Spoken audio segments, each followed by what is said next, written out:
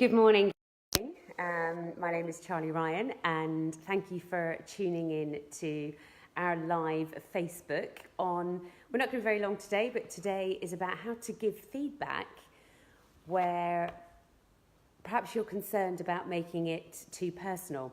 So how to stay objective when you're giving feedback so somebody receives it in the right way. Now, obviously we can only do a little bit on a Facebook Live for you, but I do think it's quite important to, for people to be aware, because I think it's something they're doing all the time. And I also think we build it up to be something bigger than it is. So there are two things I'd like you to think about when you're giving feedback. One, is it on the spot feedback? Or two, are you waiting to do it in a one-to-one?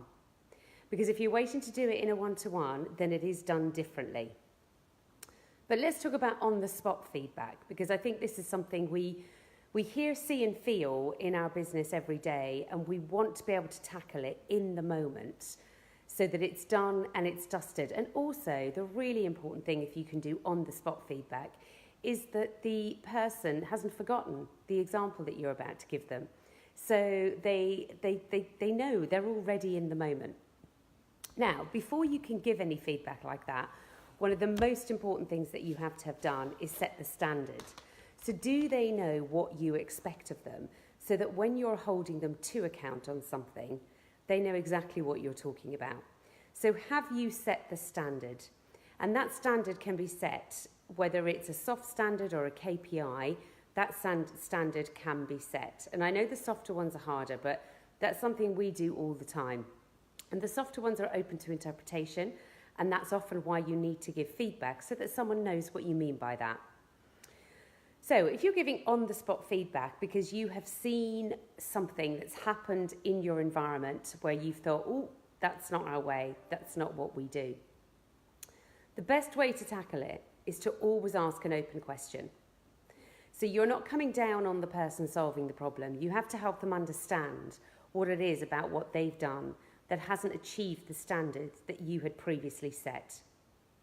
So your best open question, dependent on the scenario, is going to be, how could you have handled that differently that might have been a better experience for the customer? You want to let them answer that.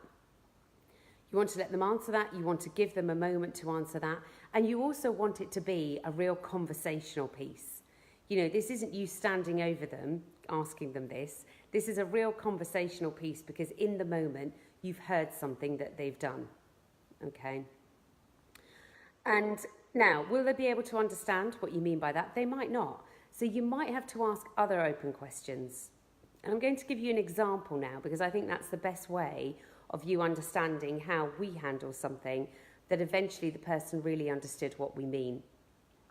So our standard, our CMR standard is, have you been the most helpful you can be at any given moment to a customer, a supplier, or a colleague?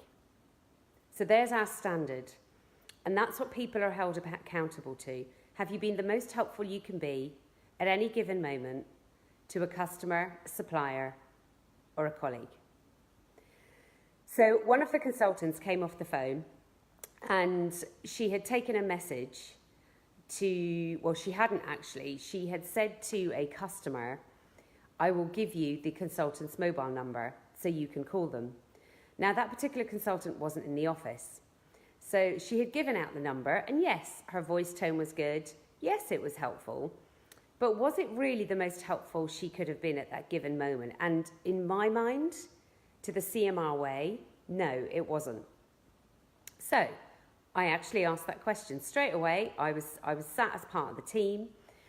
So how could you have handled that differently that the person at the other end of the phone could have had a better experience? She said, well, I gave the consultant's number. You did. Nothing ultimately wrong with that. You did. So what happens now? Well, they'll ring the consultant. Okay. So what has the customer or prospect had to do now if they have to ring the consultant as well? They've had to make 2 phone calls. Okay. So what could you have done that would have prevented them making 2 phone calls? I could have taken a message and got the consultant to call them back. You could have done. And actually, what's more concerning is you don't know that it's 2 phone calls, because they might phone that consultant. That consultant's interviewing at the moment, as you know, because you've got access to their diary.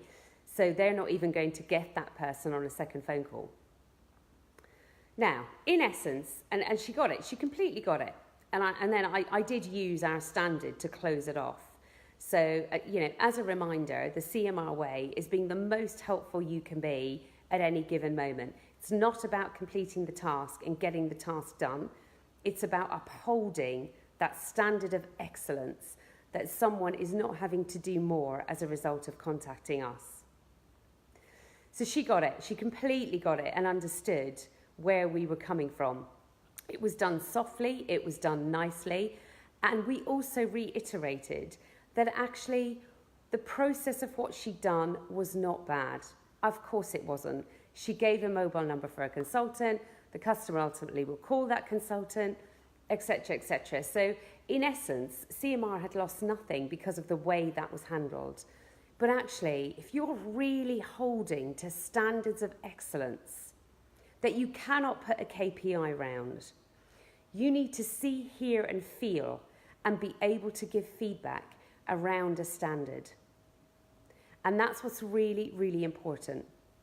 So, the tools, set the standard, decide whether it's in the moment or one-to-one feedback.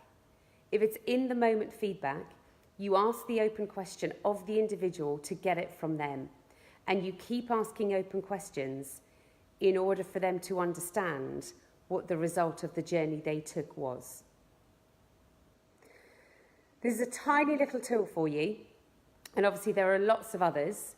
In terms of people management. Don't forget we've got our 6-hour workshop on May the 15th. That's May the 15th at a Heathrow hotel. So it's a 6-hour workshop and it covers feedback on the spot on loads of different issues: lateness, dress code, attitude, competency, KPI accountability.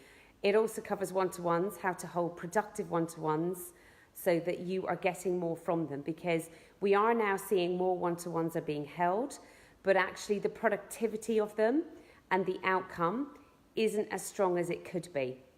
Okay, so we want to make sure that these one-to-ones are being of massive value to organisations as well. All right, so we have got 8 places left on the workshop, I believe, on the 15th. And yeah, we're also going to do another Facebook Live that you can tune into. Not sure what the topic will be on that yet. Maybe dress code. Maybe dress code or lateness. And perhaps if you comment, we can maybe do a little tool on how to handle either of those issues. Why don't you decide? So once we put this out, come back to us as to what you'd like next week's Facebook Live to be about. Okay, so contact us, any questions. That's charlie@cmrconsultancy.co.uk. Thank you very much for your time this morning, and the best of luck in being the leader of the business that you've always wanted to be. Thank you. Goodbye.